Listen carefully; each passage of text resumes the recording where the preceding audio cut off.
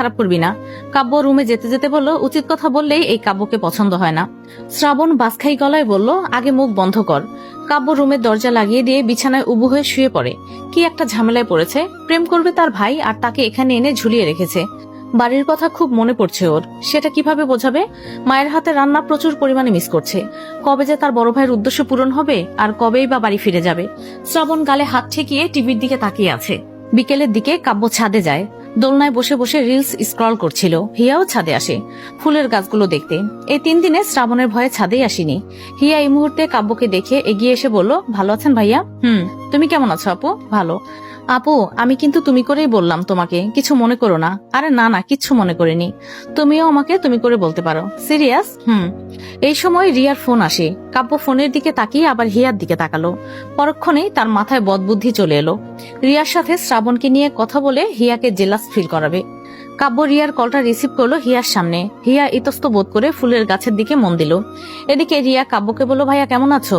ভালো। তুই কেমন আছিস? হ্যাঁ ভালো। ভাইয়া কি করছো? বসে আছি। তুই? বসে আছি।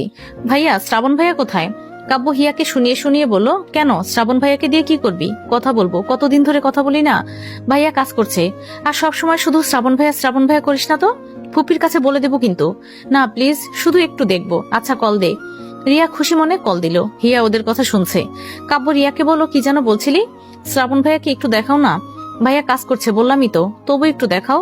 তুই এমন পাগলামি যে করিস, ভাইয়া এগুলো একদম পছন্দ করে না।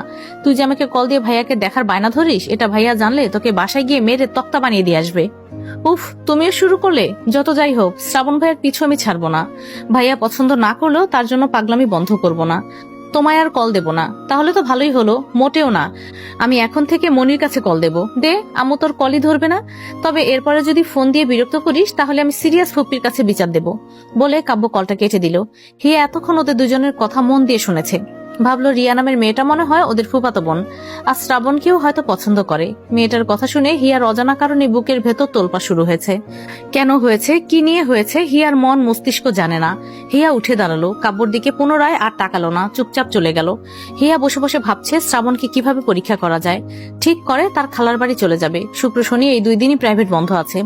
তাই সেখানে চলে গিয়ে দেখবে শ্রাবণ সেখানেও যায় কিনা।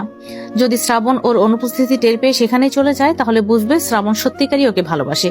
আর যদি শ্রাবণ ওর অনুপস্থিতি না বুঝে, তাহলে বুঝবে ভালোবাসে না। হিয়ার যেন তর সইছে না। এখনই ব্যাগপত্র গুছিয়ে নিল। খুশিও লাগছে, আবার মনে ধুকবুক ধুকবুকও করছে। আবার আরেক ঝামেলা, যদিও রিমন ভাই শ্রাবণকে বলে দেয়, তখন হিয়া ভেবে ঠিক করলো রিমনকে ও সামলে নেবে। এখন মূল বিষয় শ্রাবণের চোখ ফাঁকি দিয়ে এখান থেকে চলে যাওয়া। পরদিন সকাল 8টার দিকে হিয়া চলে গেল খালার বাড়িতে, বলতে রিমনদের বাড়িতে। ওর বাবা মাকে অনেক কষ্টে রাজি করিয়ে অনুমতি নিয়েছে। শ্রাবণরা কেউ জানে না বলতে ওরা এখনো ঘুম থেকে ওঠেইনি। হিয়া রিমনদের বাসায় চলে যাওয়ার পর রিমনের মা রিনা বেগম হিয়াকে দেখে খুশি হলেন। হিয়া তার সাথে কথা বলল, আশেপাশে তাকিয়ে রিমনকে খুঁজতে লাগলো, আর বলল, খালামণি, তোমার ছেলে কই? শুয়ে আছে। হিয়া রিমনের রুমে এসে নক করলো। রুমটা খোলাই। হিয়া ভেতরে ঢুকলো। রিমন পড়ে পড়ে ঘুমাচ্ছে। হিয়া রিমনের কাছে গিয়ে দাঁড়ালো। এখনই রিমনকে জাগিয়ে কথা বলতে হবে যে ও যে এখানে এসেছে সে যেন শ্রাবণকে না বলে, না হলে আবার কখন বলে দেয়। হিয়া রিমনকে ডাক দিলে রিমন নড়ে চড়ে উঠলো। তারপর হিয়া বলল, ভাইয়া, ও ভাইয়া।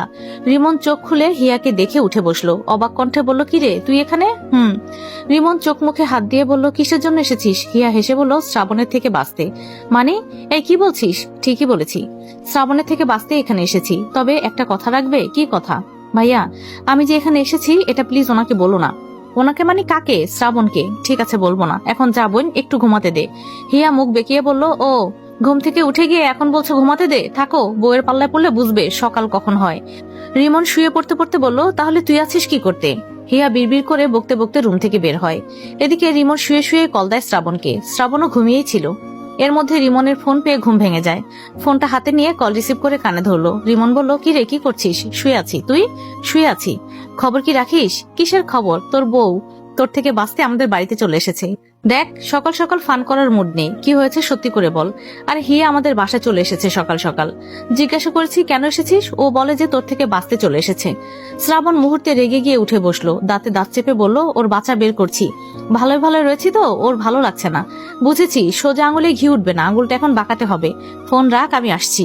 শ্রাবণ রিমনের সাথে কথা বলে ফোনটা রেখে বিছানা থেকে নামলো। ওয়াশরুমে গিয়ে ফ্রেশ হয়ে এসে ড্রেস চেঞ্জ করে রেডি হয়ে বের হয়ে গেল। শ্রাবণ ঘুমিয়েই আছে। ওকে কিছু না বলে শ্রাবণ ফ্ল্যাট থেকে বেরিয়ে বাইরে থেকে লক করে চলে গেল। এর মাঝে আবার শ্রাবণের গাড়িও চলে আসে।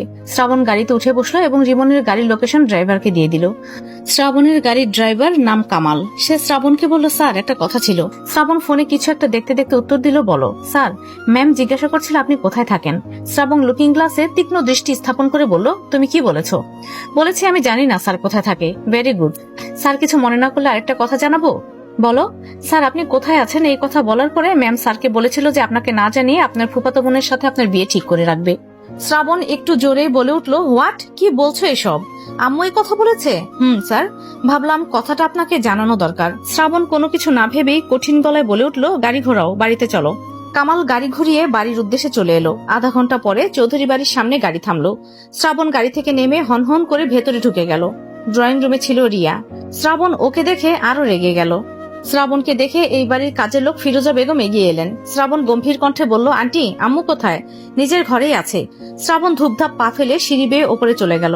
সাবিয়া চৌধুরী রুমে তৌকির চৌধুরীর সাথে কথা বলছিলেন। শ্রাবণ রুমে ঢুকতেই সাবিয়া চৌধুরী উঠে দাঁড়িয়ে বলে উঠলেন, শ্রাবণ ভালো আছো? শ্রাবণ কর্কশ গলায় বলল, ভালো থাকতে দিয়েছো কি? কি বলছো কিছুই তো বুঝতে পারছি না। আর চলে এসেছো তুমি? তোমরা যা শুরু করেছো আসতেই হলো। তৌকির চৌধুরী উঠে দাঁড়িয়ে বললেন, শ্রাবণ কি হয়েছে, রেগে আছো কেন? শ্রাবণ বাসখাই গলায় বলল, রেগে যাবে না তো কি করবে? তোমরা আমাকে না জানিয়ে রিয়ার সাথে বিয়ে ঠিক করার ইচ্ছা পোষণ করলে কিভাবে? আমি এটাই বুঝতে পারছি না। সাবিয়া চৌধুরী শুকনো ঢোক গিলে বললেন, ওর সাথে বিয়ে ঠিক করব তোমাকে কে বললো? কেন, কি মনে করেছো আমি জানতে পারবো না? না মানে শ্রাবণ তপ্ত শ্বাস ছেড়ে বলল, আম্মু তুমি প্লিজ আমাকে এখন মিথ্যে বুঝিও না।